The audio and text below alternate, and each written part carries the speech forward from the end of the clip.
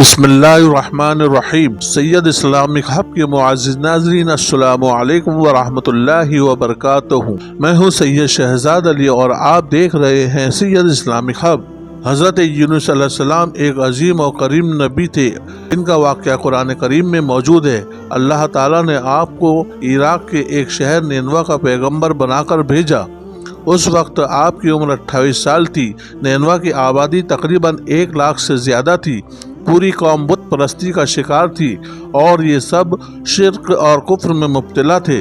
آپ انہیں دعوت حق دیتے رہے لیکن وہ اپنے کفر پر ڈٹے رہے۔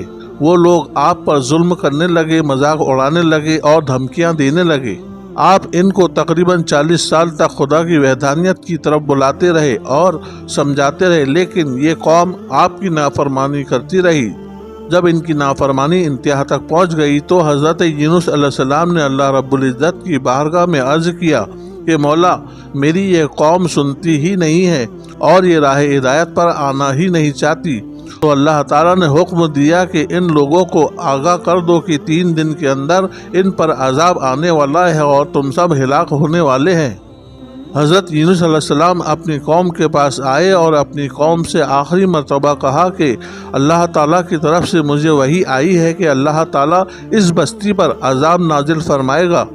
تو قوم کے کہیں کچھ لوگوں نے آپ کا مذاق اڑایا اور وہ آپ سے کہنے لگے کہ ہمیں بھی تمہارے رب کی طرف سے آنے والے عذاب کا انتظار رہے گا۔ آپ اپنی قوم کو عذاب کی اطلاع دے کر سمندر کی طرف چلے گئے اور صبح ہوئی تو عذاب الہی کا کالا دھواں اس بستی پر منڈلانے لگا۔ جب یہ دھواں ان کے قریب آنے لگا تو ان لوگوں کو یقین ہونے لگا کہ ہم سب ہلاک ہونے والے ہیں، اور کہا کہ جو عذاب کے بارے میں یونس علیہ السلام نے کہا تھا وہ ہم پر نازل ہو کر رہے گا، اور عذاب سیدنا لوط علیہ السلام کی قوم پر بھی آیا تھا۔ وہ اس کے بارے میں اچھی طرح جانتے تھے۔ وہ بستی ان کے قریب ہی تھی، اس لیے وہ ڈر گئے۔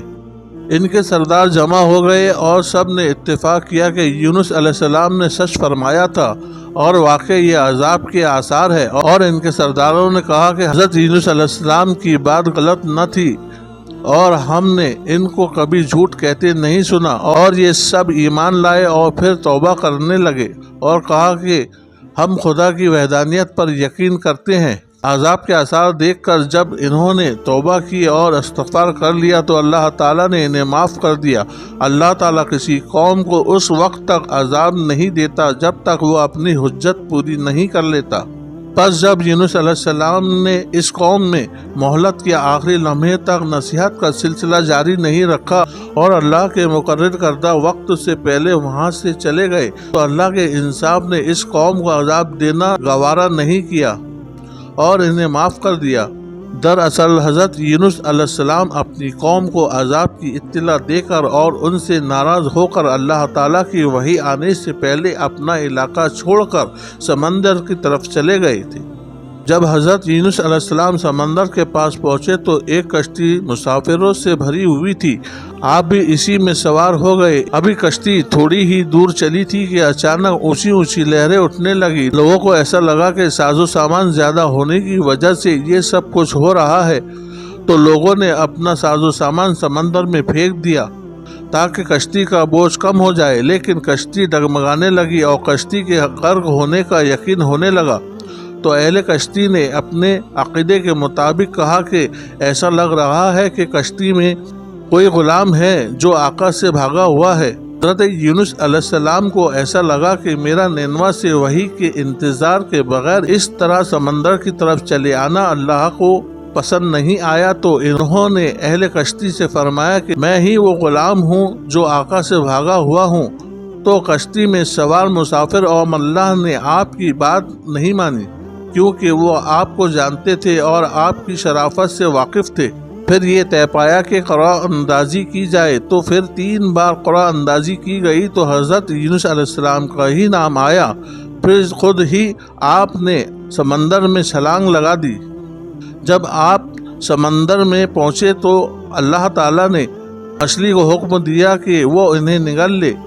مچھلی نے آپ کو اپنے پیٹ میں نگل لیا تو اللہ تعالیٰ نے مچھلی کو حکم دیا کہ یہ تمہاری غذا نہیں ہے، اس لیے ان کے جسم کو کوئی تکلیف نہیں ہونی چاہیے، چونکہ آپ نبی تھے، اس لیے اللہ تعالیٰ نے سمندر کے جانوروں کو احترام نبوت سکھایا اور فرمایا کہ جو مچھلی نے حضرت یونس علیہ السلام کو اپنے پیٹ میں رکھا ہے، اب کوئی سمندر کا جانور اس کے برابر نہ تیرے گا، کیونکہ اس کے پیٹ میں نبی موجود ہے۔ روایتوں کے مطابق آپ 40 دن مچھلی کے پیٹ میں رہے۔